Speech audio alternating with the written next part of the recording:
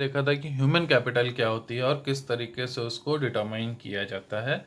ठीक है, उसके कुछ पॉइंट्स हम लोगों ने देखे थे। अब आज बात करते हैं हम लोग role of human capital formation. Human capital formation का क्या रोल होता है, या human capital formation and economic growth, या ह्यूमन कैपिटल फॉर्मेशन और इकोनॉमिक ग्रोथ किस तरीके से अटैच्ड है। ठीक, so following observation highlight how human capital formation contributes to the process of growth and development. ठीक है, कुछ पॉइंट्स या ऑब्जर्वेशंस हम लोग देखेंगे कि किस तरीके से जो ह्यूमन कैपिटल फॉर्मेशन है वो कंट्रीब्यूट करता है ग्रोथ और डेवलपमेंट में किसी भी इकोनॉमी में। ठीक है, अब जैसे सबसे पहला पॉइंट है हमारा change in emotional and material environment of growth. क्या है? Human capital formation generates a change in emotional and material environment of growth. Human capital formation से क्या जनरेट होता है कि एक तरीके का चेंज जनरेट होता है, जो भी इमोशनल और जो भी इन्वायरमेंटल या मटेरियल एनवायरनमेंट ऑफ ग्रोथ में जो भी चेंज होता है वो मिलता है। क्या कैसे होता है ये? Emotional environment becomes conductive to growth as people tend to acquire growth oriented attitude and aspirations. ठीक, अभी जो इमोशनल एनवायरनमेंट में क्या होता है, इसमें क्या होता है कि जो लोग होते हैं वो क्या करते हैं कि एक ऐसा एनवायरनमेंट को अडॉप्ट करते हैं जो कि ग्रोथ ओरिएंटेड होता है। मींस काम करने के प्रति क्या होता है, उनके मन में एक लगाव आ जाता है। ठीक है, दूसरा होता है material environment becomes helpful to growth as the society now possesses higher number of skilled and trained workers to implement the plans and programmes of economic growth. Second point है हमारा higher productivity of physical capital. Second point है हमारा higher productivity of physical capital. Human capital formation increases productivity of physical capital. ठीक, जो human capital formation होती है अब उससे क्या इंक्रीज होता है, जो प्रोडक्टिविटी होती है हमारी फिजिकल कैपिटल की वो इंक्रीज होती है।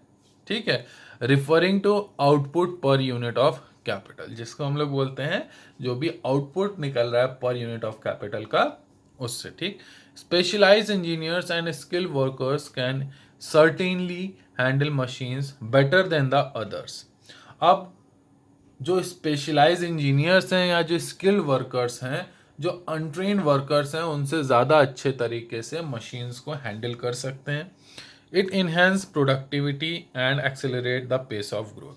इससे क्या होता है कि जो प्रोडक्टिविटी होती है किसी भी कंपनी की, या जो ग्रोथ रेट होता है वो क्या होता है, एक्सेलरेट हो जाता है। ठीक है, थर्ड आता है हमारा इनोवेटिव स्किल्स। अब human capital formation facilitates innovations. Human capital formation क्या है, क्या फैसिलिटी देता है, इनोवेशंस। ठीक, the under current of growth and development. Larger the number of skill and train personal, जितना ज़्यादा नंबर बड़ा होगा स्किल और ट्रेन पर्सनल्स का, ठीक, greater the possibilities of innovations, ज़्यादा पॉसिबिलिटीज उसमें होती हैं इनोवेटिव माइंड की या इनोवेटिव थिंकिंग की, ज़्यादा उसमें पॉसिबिलिटीज होती हैं in the area of production, जो भी प्रोडक्शन का एरिया है उसमें, एंड रिलेटेड एक्टिविटीज़, और उससे रिलेटेड एक्टिविटीज़ में। Innovation is the lifeline of growth, we all know. जो इनोवेशन होता है वो क्या होता है, ग्रोथ के एक तरीके से लाइफलाइन होता है, ये हम सभी जानते हैं। नंबर फोर्थ क्या है, higher rate of participation and equality. By enhancing productive capacities of the labour force, labour force की क्या है, प्रोडक्टिव कैपेसिटीज को बढ़ाने से क्या होता है, human capital formation induces greater employment. ठीक, जो ह्यूमन कैपिटल फॉर्मेशन होता है उससे क्या मिलता है, हमें एक अच्छा एम्प्लॉयमेंट मिलता है। This increase the rate of participation. इससे क्या होता है, जो रेट ऑफ पार्टिसिपेशन होता है वो इंक्रीज होता है the percentage of employment of the existing labour force. ठीक, या इसको हम लोग बोल सकते हैं जो रेट ऑफ पार्टिसिपेशन, इसमें क्या होता है, percentage of labour force participating the process of production और simply the percentage of employment of the existing labour force, ठीक, जिसको बोलते हैं हम लोग रेट ऑफ पार्टिसिपेशन। ये क्या हो जाता है, इंक्रीज हो जाता है। Higher the rate of participation, greater is the degree of economic and social equality in the society. अब जितना ज़्यादा ये जो रेट ऑफ पार्टिसिपेशन है ये हाई रहेगा, तो इससे क्या होगा, जो degree of economic and social equality in the society है वो क्या रहेगी, वो भी अच्छी बनी रहेगी। Thus, there is a cause and effect relationship between human capital and economic growth. ठीक, इससे हमें क्या पता चलता है कि ह्यूमन कैपिटल और इकोनॉमिक ग्रोथ में क्या है, एक रिलेशन होता है। ठीक, human capital formation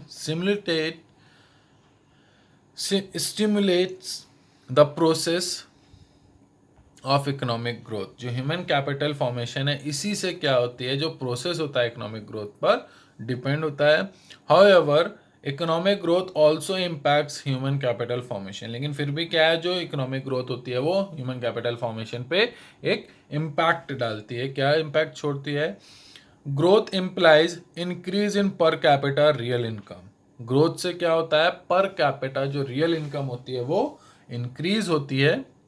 higher income facilitates higher investment on education and skills.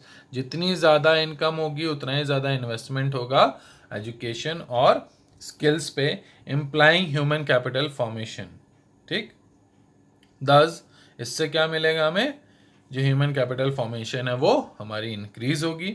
दस human capital formation prompts the process of growth and growth prompts the process of human capital formation. इसलिए हम कह सकते हैं कि ह्यूमन कैपिटल फॉर्मेशन क्या है, growth के लिए है, और ग्रोथ किस लिए है, ह्यूमन कैपिटल फॉर्मेशन से। दोनों एक दूसरे के लिए सपोर्टिव होते हैं। ठीक है, आगे बढ़ते हैं। Problems facing human capital formation in India. अब इंडिया में जो ह्यूमन कैपिटल फॉर्मेशन की हम लोग बात कर रहे हैं, इसमें क्या क्या प्रॉब्लम्स फेस हो सकती हैं। ठीक, या इंडिया जो है क्या क्या प्रॉब्लम फेस कर रहा है। नंबर वन है राइजिंग पॉपुलेशन। ठीक, rapidly rising population adversely affects the quality of human capital. ये जो तेज़ी से जो पॉपुलेशन बढ़ रही है, इसका क्या है, उल्टा प्रभाव पड़ रहा है हमारी कैपिटल पर। ठीक, जो क्वालिटी ऑफ कैपिटल है उस पर। This is because it reduces per head availability of existing facilities. ऐसा किस लिए होता है, क्योंकि इससे क्या है, ज़्यादा पॉपुलेशन बढ़ने से क्या होता है, जो पर हेड अवेलेबल फैसिलिटीज़ हैं वो क्या हो जाती हैं, कम हो जाती हैं। रिलेटिंग टू हाउसिंग, ठीक, sanitation, drainage, water system, hospital, education, power supply etcetera. Reduced availability of these facilities leads to a fall in the quality of life. अब ये जो बेसिक फैसिलिटीज़ हैं अगर यही रिड्यूस हो जाएंगी, ठीक, इससे क्या होगा, जो क्वालिटी ऑफ लाइफ है वो क्या हो जाएगी, उससे इफेक्ट होगी और उसमें फॉल होगा। In turns this lead to a fall in the capacity to acquire specialised skill and knowledge. इससे क्या होता है कि अब जब जब नॉर्मल फैसिलिटीज़ ही नहीं एक्वायर कर पा रहे हैं प्रॉपर तरीके से, ठीक, तो हम इसका हमारे ऊपर क्या प्रभाव पड़ता है कि हम जो स्पेशलाइज्ड स्किल एंड नॉलेज होती है वो भी प्रॉपर नहीं एक्वायर कर पाते हैं। हमारे अंदर वो कैपेसिटी नहीं होती है कि हम specialised skill and knowledge acquire कर सकें। दूसरा होता है ब्रेन ड्रेन। अब ये क्या होता है, माइग्रेशन ऑफ पर्सन्स, ठीक, to develop countries is a serious threat to the process of human capital formation in the country.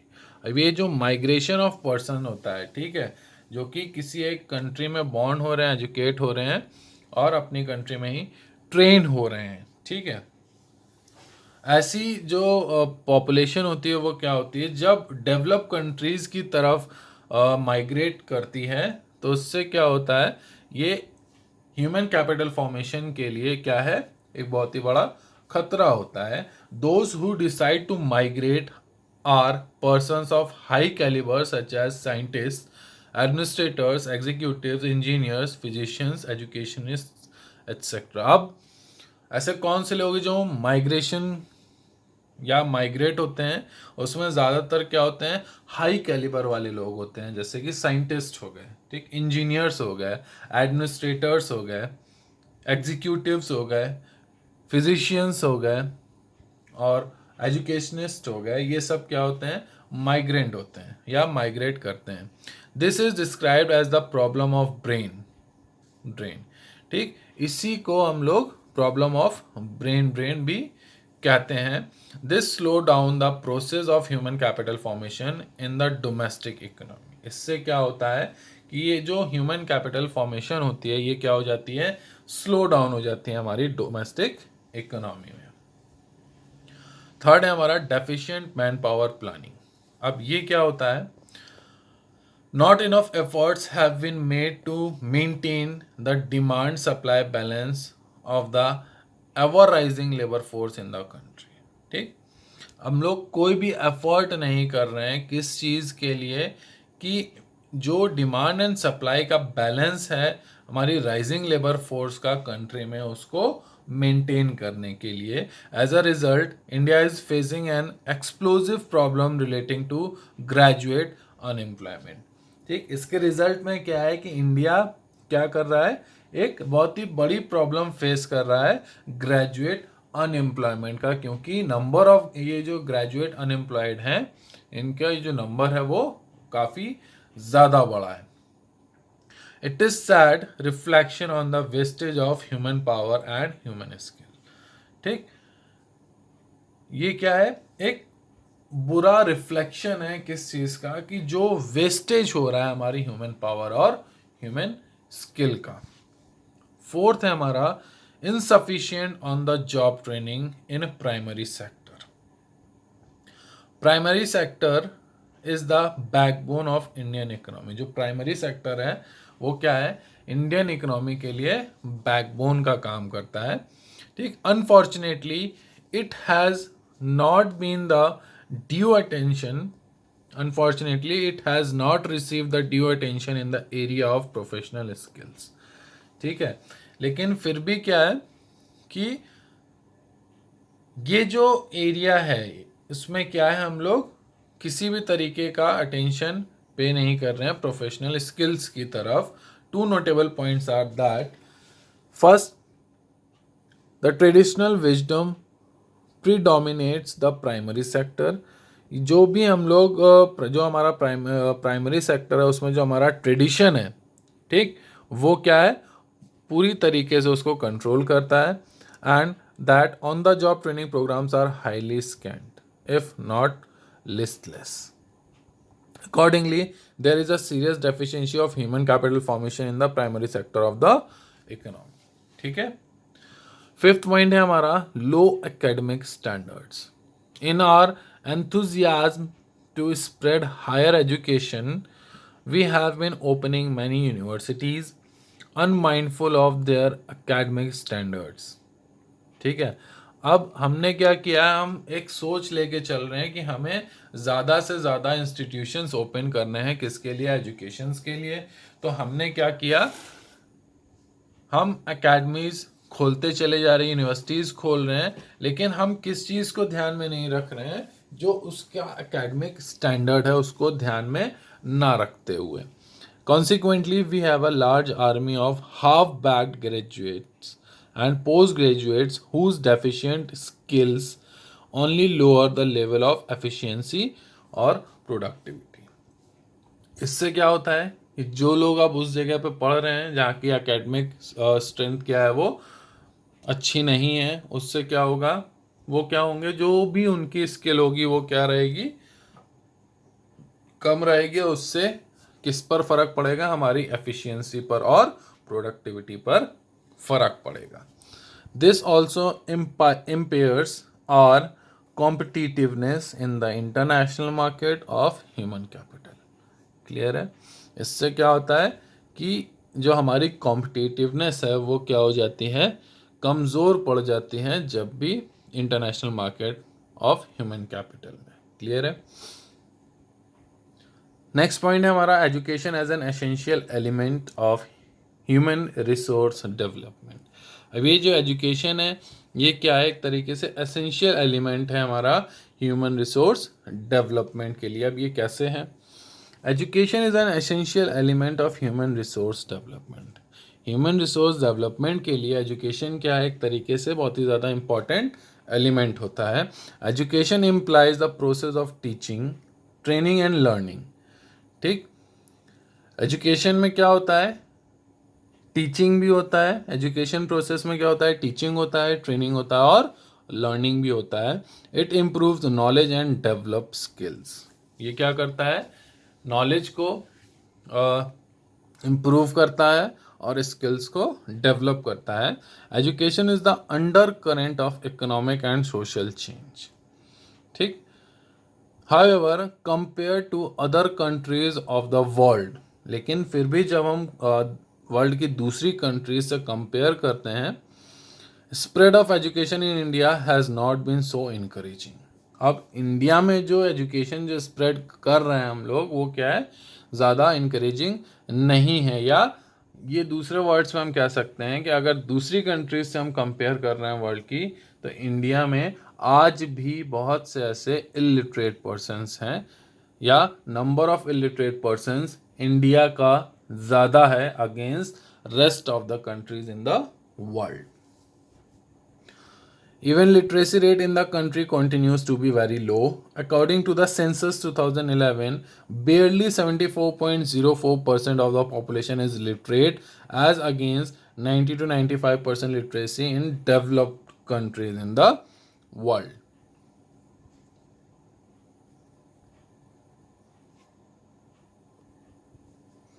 आगे बढ़ते हैं। अब यहाँ पे क्या है हमारा importance of and objective of education. ठीक, अब क्या है हमारे इसमें इम्पोर्टेंस क्या है, जैसे following points highlight the importance and objective of education. से नंबर 1 है हमारा education produces responsible citizens. Education से क्या होता है कि जो सिटीजन्स होते हैं वो रिस्पॉन्सिबल होते हैं। It develop science and technology, science और टेक्नोलॉजी डेवलप करते हैं। It facilitates use of natural and human resources of all regions of the country. इससे क्या होता है कि हम ये सीखते हैं कि नेचुरल एंड ह्यूमन रिसोर्सेज को ऑल रीजन्स में किस तरीके से हम लोग यूज़ कर सकते हैं। It expends mental horizon of the people. Education से क्या होता है, हमारे मन जो है वो शांति प्रिय हो जाता है, या एक स्टेबिलिटी हमारे माइंड में मिलती है। It helps economic development through greater participation of the people in the process of growth and development. Education से ही क्या होता है कि जो इकोनॉमिक डेवलपमेंट में क्या होता है, काफ़ी ज़्यादा हेल्प करता है। किस तरीके से जो एजुकेटेड पर्सन होते हैं वो ज़्यादा से ज़्यादा अच्छे तरीके से पार्टिसिपेट करते हैं, किसमें, process of growth and development में। 6th है हमारा it promotes cultural standard of the citizen. जो भी कल्चरल स्टैंडर्ड्स होते हैं सिटीजन्स के, एजुकेशन की वजह से क्या होते हैं, वो प्रमोट होते हैं। 7th पॉइंट है हमारा इट डेवलप्स ह्यूमन पर्सनालिटी। और जो एजुकेशन से क्या होता है, जो ह्यूमन पर्सनालिटी होती है एक, वो पर्सनालिटी डेवलप होती है। मीन्स हम नॉर्मली हम क्या करते हैं, लोगों को देख के पता चल जाता है हम लोगों को कि वो लिटरेट है या इलिटरेट है। नॉर्मली हम लोग यही करते हैं, ठीक, देख कर पता लगाते हैं। अब ये कैसे पता चलता है, क्योंकि एजुकेशन से ही क्या होता है, हमें पहनने ओढ़ने का तरीका आता है, बातचीत करने का तरीका आता है, चलने इधर से उधर कोई भी काम करने का तरीका हमें किससे आता है, एजुकेशन से ही मिलता है। ठीक है, तो आज के लिए इस वीडियो में इतना ही। आप वीडियो को अच्छे से देखिए और जो क्वेश्चंस मैं दूं उसको सॉल्व करिए।